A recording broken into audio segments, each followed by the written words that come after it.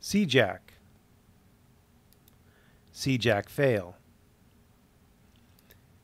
See Jack be surrounded by a gaggle of admiring supporters who believe that Jack succeeded despite Jack having failed. Don't be like Jack. Jack is an asshat. Jack did everything he could to incite this officer into some sort of confrontation. Jack is incorrect in that Jack thinks that Jack is owed an answer for every question that Jack asks. Jack is a jackass. He is not owed answers for every question that Jack asks. There is no policy statement anywhere by any department of any police agency that says that police agency has to answer all of the public's questions to the public's satisfaction. That's not how it works. Despite Jack's claim, and he is correct, that the officers are required to take a line complaint, they are not required to sit there and suffer abuse. That is where Jack failed. Jack was a jackass. Jack needs to stop and think about the public perception of videos like this, because the public is not Jack's adoring fans who are going to admire him and film him and just worship the ground that he peacocks across because Jack pretended that he was alpha. Jack is not alpha.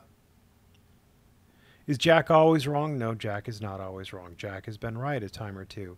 But somehow, Jack turned this into a racist thing because Jack thinks that this officer is somehow going to go out and target black people because a group of white guys came in and were jackasses.